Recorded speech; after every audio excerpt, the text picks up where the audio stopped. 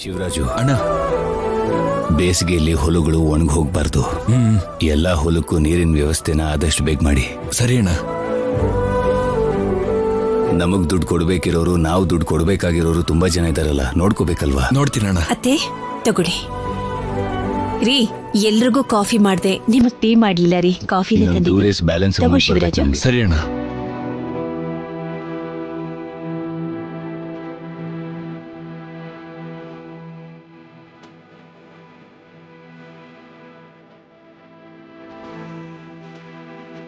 ಸಬಾಖರ್ ಸಬಾಖರ್ ಹಬೀಬಿ ಹಬೀಬಿ.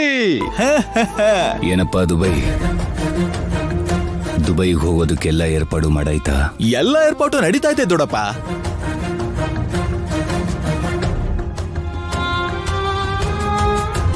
ಇದೇನು ಕುಮಾರ್, ಇಷ್ಟು ಬೇಗ ಬಂದ್ಬಿಟ್ಟಿದ್ಯಾ? ಸೀನುನ ಎತ್ತಾಕೊಂಡು ಹೋಗ್ಬೇಕಲ್ಲ ಆಂಟಿ. ಏಯ್, ಅರ್ಥ ಆಗೋಗ್ ಹೇಳು.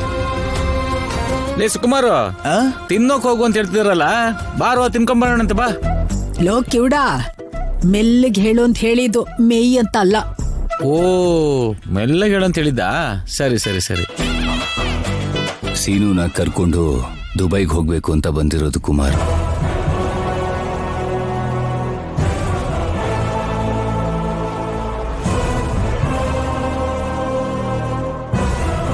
ನೋಡಿದ್ರ ದೊಡ್ಡಪ್ಪ ಹೇಗ್ ಕ್ಯಾಚ್ ಮಾಡಿದ್ರು ಅಂತ? ನಿಜಾನೇ? ಮತ್ತೆ ಅದೇನೋ ಪಾಸು ಸರ್ಟಿಫಿಕೇಟು ಅದೆಲ್ಲ ತಂದಿದ್ಯಾ? ಅದನ್ನ ಪಾಸ್ಪೋರ್ಟ್ ಅಂತಾರೆ ಪಾರ್ವತಿ.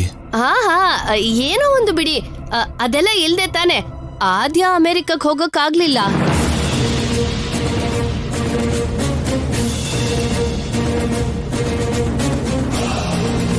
ಪಾರ್ವತಿ, ಈಗ ಅದೆಲ್ಲ ಯಾತಕ್ಕೆ?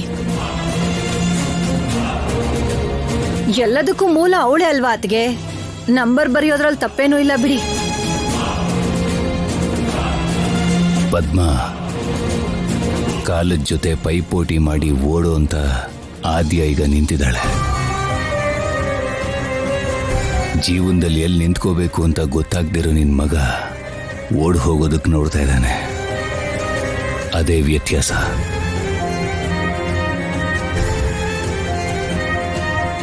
ಓಡ್ ಹೋಗ್ತಿಲ್ಲ ಅಣ್ಣ, ಸಂಪಾದನೆಗೋಸ್ಕರ ಹೊರದೇಶಕ್ಕೆ ಹೋಗ್ತಿದ್ದಾನೆ.